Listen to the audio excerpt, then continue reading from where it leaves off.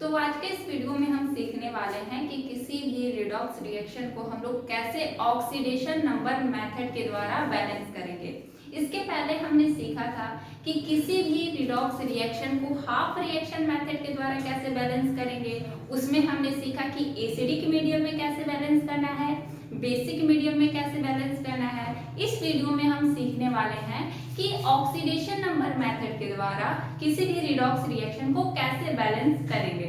ठीक है, तो चलो सीखते हैं। देखो इसमें भी हम लोग कैसे करने वाले हैं, एक एग्जांपल के थ्रू हम लोग क्या करेंगे, जितने भी रूल हैं उसको हम लोग समझ लेंगे। तो चलो पहले इसके लिए हमको क्या करना पड़ेगा, एक केमिकल इक्वेशन लिखना पड़ेगा। तो हम लोग एक केमिकल इक्वेशन लिख लेते हैं।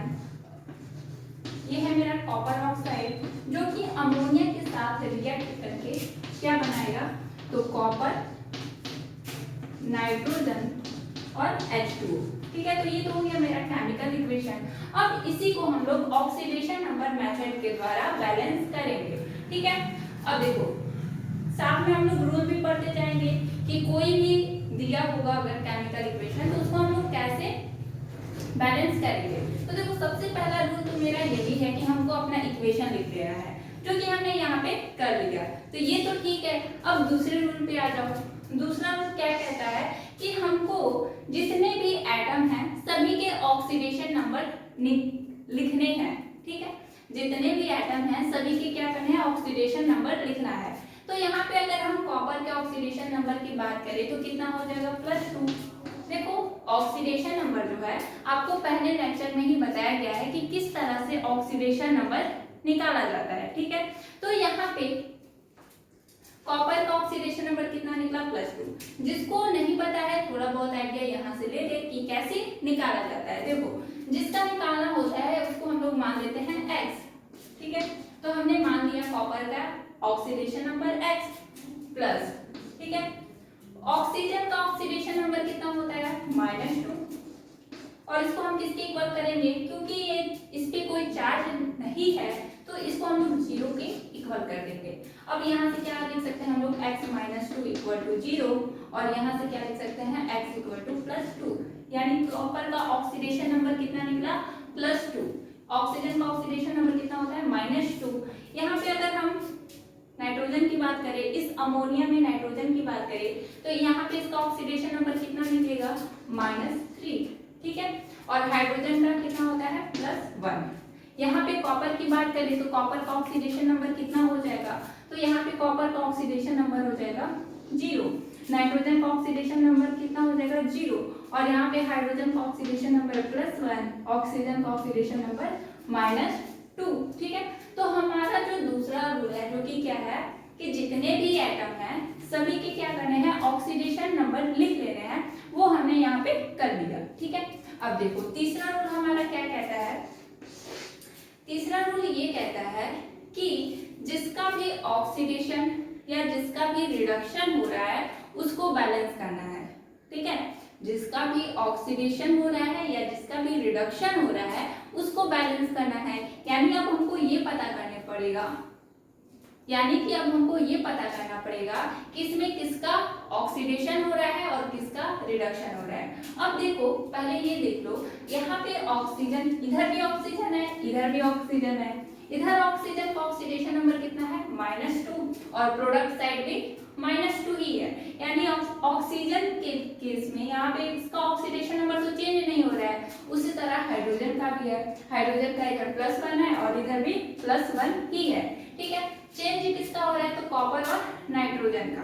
ठीक है, तो अब देखो, अब सबसे पहले इसको हम इरेज करते हैं।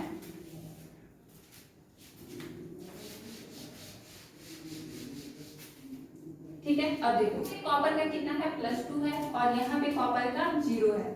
+2 से कितना हो रहा है, 0 हो रहा है।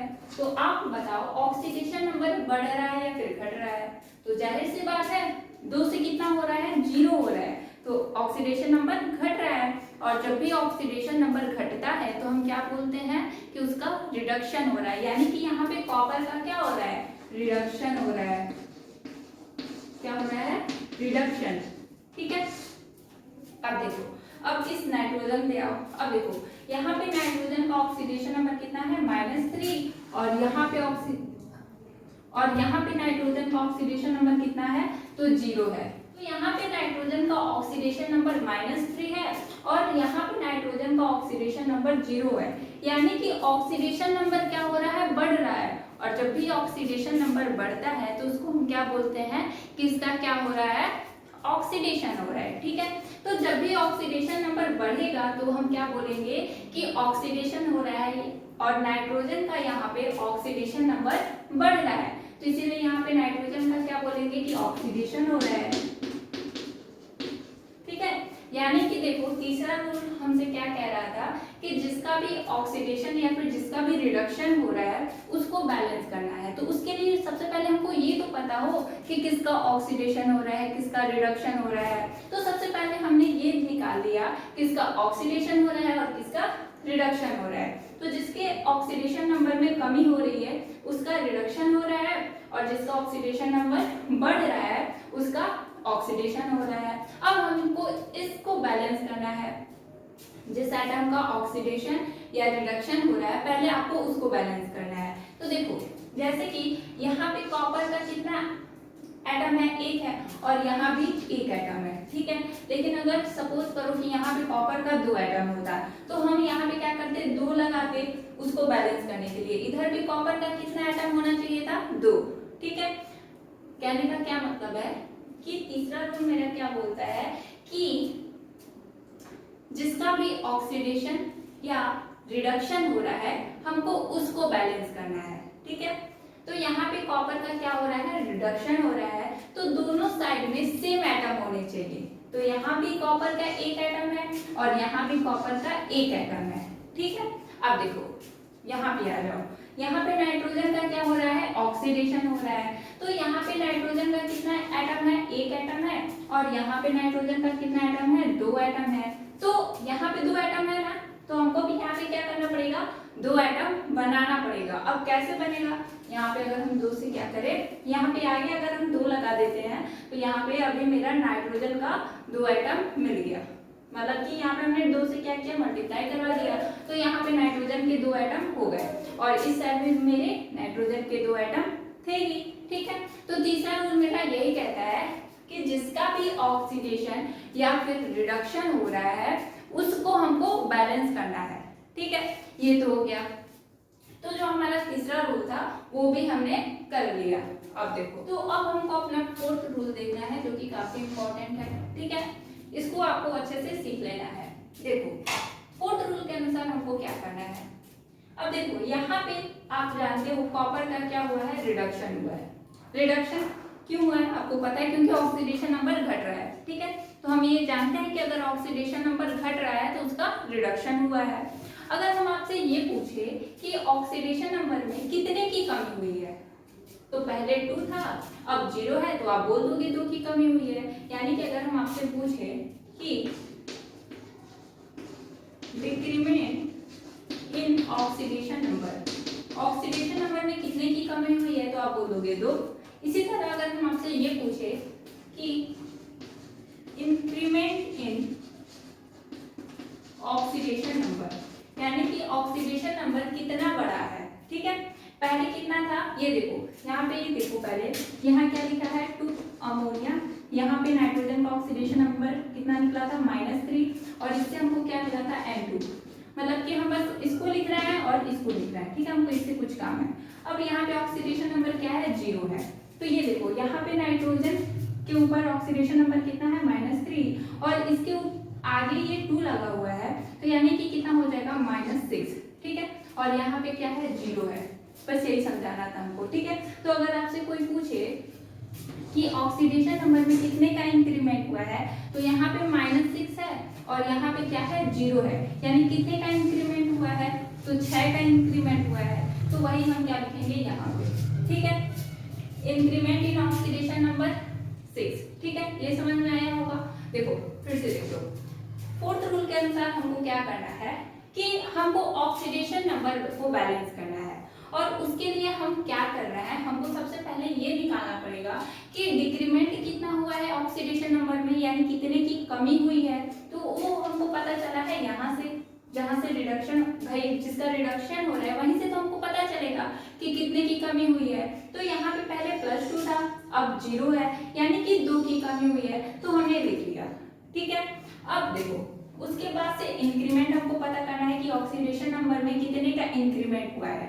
तो यहाँ पे नाइट्रोजन का ऑक्सीडेशन स्टेट कितना था, -3, और आगे चूंकि यहाँ पे 2 लगा हुआ था तो कितना हो जाएगा, -6। ठीक है, और यहाँ पे जो नाइट्रोजन था उसका ऑक्सीडेशन नंबर 0। ठीक है, तो -6 से 0 हुआ है, यानी कि ऑक्सीडेशन नंबर में इंक्रीमेंट कितने का हुआ है, 6 का हुआ है, तो हमने ये लिख लिया। ठीक है, अब देखो अब हमको इस ऑक्सीडेशन नंबर को बैलेंस करना है, यानी बैलेंस करना है, दोनों को बराबर करना है। कैसे करेंगे, अब देखो अगर हम क्या करें, इसमें जहां पे डिक्रीमेंट हो रहा है ऑक्सीडेशन नंबर में 2 का डिक्रीमेंट हो रहा है, अगर हम यहाँ पे 3 से मल्टीप्लाई करवा दें तो 6 हो जाएगा, दोनों इक्वल हो जाएंगे। ठीक है, कि जहां पे रिडक्शन हो रहा है वहां पे अगर हम 3 से मल्टीप्लाई करवा दें तब मेरा हो जाएगा। ठीक है, तो हम क्या करेंगे, यहाँ पे 3 से मल्टीप्लाई करवाएंगे तो देखो यहाँ पे क्या आ जाएगा, 3 आ जाएगा, और यहाँ पे क्या आ जाएगा, 3। ठीक है, ये हो गया, यही हमको करना था, यही सीखना था। क्या कर किए हैं, तो इसमें हम लोग क्या किए हैं, तो देखो सबसे पहले हमने आपको ये बताया कि 4th रूल में हमको क्या करना है, तो ऑक्सीडेशन नंबर को बैलेंस करना है। तो उसके लिए हमको ये पता होना चाहिए कि उसमें ऑक्सीडेशन नंबर बढ़ा कितना है, ऑक्सीडेशन नंबर घटा कितना है। एंड तो हमने सबसे पहले वो निकाल लिया, तो डिक्रीमेंट हमने निकाला तो कितना आया, 2 आया, इंक्रीमेंट निकाला तो कितना आया, 6 आया। ठीक है, यानी कि हमको दोनों को क्या करना है, 6 बन, एक तो 6 है ही, हमको इसको भी क्या करना है, 6 बनाना है। ठीक है, अब देखो 6 कैसे बनेगा, 3 से मल्टीप्लाई कर देंगे तो 6 बन जाएगा। तो हमने वही किया कि जहां पे रिडक्शन हो रहा है वहां पे 3 से मल्टीप्लाई कर दिया है, यानी कि यहाँ पे कॉपर का ही तो रिडक्शन हो रहा था, तो इसको हमने 3 से मल्टीप्लाई कर दिया, यहाँ भी और यहाँ भी। ठीक है, तो इतना करने के बाद यहाँ पे मेरा हो गया। तो देखो इतना करने के बाद यहाँ तक तो हो गया। ठीक है, कई सारे ऐसे रिएक्शन होते हैं जो कि यहीं पे बैलेंस हो जाएंगे, लेकिन कई सारे आपको दिख जाएंगे जहाँ पे आपको ऑक्सीजन दिख जाएगा, जैसे कि यहाँ पे ऑक्सीजन दिख रहा है। ठीक है, तो अब हमको ऑक्सीजन को बैलेंस करना है, उसके बाद से हाइड्रोजन को बैलेंस करेंगे। तो 5th रूल क्या है मेरा, कि हमको अब ऑक्सीजन को बैलेंस करना है। तो देखो इधर मेरा ऑक्सीजन कितना है, 3 ऑक्सीजन है, और इधर मेरा ऑक्सीजन कितना है, 1 है। तो क्या करना पड़ेगा, यहाँ पे हम 3 लिख देते हैं, तो यहाँ पे मेरा 3 ऑक्सीजन आ गया, यानी ऑक्सीजन मेरा बैलेंस हो गया। अब हाइड्रोजन देख लो, इधर हाइड्रोजन कितना है, हाइड्रोजन के 6 एटम है, और यहाँ भी हाइड्रोजन के कितने एटम है, 6 एटम है, यानी कि ये जो रिएक्शन है वो मेरा बैलेंस हो गया। तो इस तरह से हम लोग ऑक्सीडेशन नंबर मेथड के द्वारा किसी भी रिएक्शन को बैलेंस कर सकते हैं। ठीक है, कोई भी इक्वेशन दिया होगा उसको हम लोग बैलेंस कर पाएंगे। तो सबसे पहले हमने क्या किया, सबसे पहले अपना इक्वेशन लिख लिया, फिर हमने क्या किया, सबका ऑक्सीडेशन नंबर लिखा, जैसे यहाँ कॉपर का लिखा, oxygen, nitrogen, hydrogen, copper, nitrogen, hydrogen, oxygen. क्योंकि ये रिएक्टेंट साइड और प्रोडक्ट साइड दोनों ही साइड हाइड्रोजन और ऑक्सीजन का ऑक्सीडेशन नंबर सेम है, तो इसमें हमको कोई प्रॉब्लम नहीं है। चेंज किसका हो रहा है, कॉपर का और नाइट्रोजन का, यानी कि इसी का ऑक्सीडेशन या फिर रिडक्शन होगा। तो देखो यहाँ पे कॉपर का ऑक्सीडेशन नंबर कितना था, +2, यहाँ पे 0, यानी रिडक्शन हुआ, और नाइट्रोजन का -3 से 0, यानी कि ऑक्सीडेशन हुआ। तो देखो यहाँ पे पहला रूल तो हमने कर लिया, दूसरा रूल सबका ऑक्सीडेशन नंबर लिख लिया, तीसरा रूल क्या था कि हमको ये पता करना था सबसे पहले किसका ऑक्सीडेशन हो रहा है, किसका रिडक्शन हो रहा है, उसके बाद से जिसका हो रहा था उसको बैलेंस कर रहे थे, यानी कि जैसे यहाँ पे कॉपर का रिडक्शन हुआ तो हमको ये देखना था कि कॉपर का एटम जितना रिएक्टेंट साइड है उतना ही प्रोडक्ट साइड हो। ठीक है, तीसरा रूल हमने ये किया था। फिर 4th रूल क्या था, हमको 4 ऑक्सीडेशन नंबर बैलेंस करना था।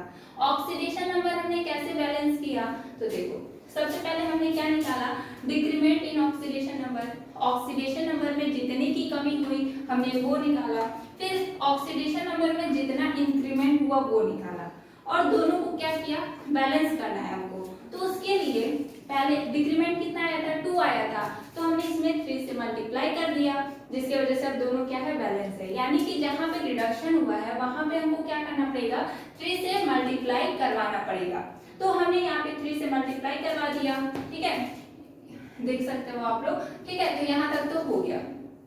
अब लास्ट काम क्या था, ऑक्सीजन को बैलेंस करना, उसके बाद से हाइड्रोजन को बैलेंस करना। तो ऑक्सीजन देखो इधर कितना था, 3 था और इधर 1 था, तो हमने यहाँ पे क्या किया, 3 लिख दिया, जिसकी वजह से ऑक्सीजन अभी 3 एटम है यहाँ पे, यानी ऑक्सीजन भी बैलेंस हो गया। अब हमको किसको बैलेंस करना था, हाइड्रोजन को। तो हाइड्रोजन हमको यहाँ पे 6 दिख रहा है और यहाँ भी हमको हाइड्रोजन 6 दिख रहा है, यानी कि अभी ये रिएक्शन मेरा बैलेंस हो गया। तो इस तरह से हम लोग क्या करते हैं, कोई भी रिडॉक्स रिएक्शन होगा तो उसको हम लोग इसी तरह से ऑक्सीडेशन नंबर मेथड के द्वारा बैलेंस करेंगे।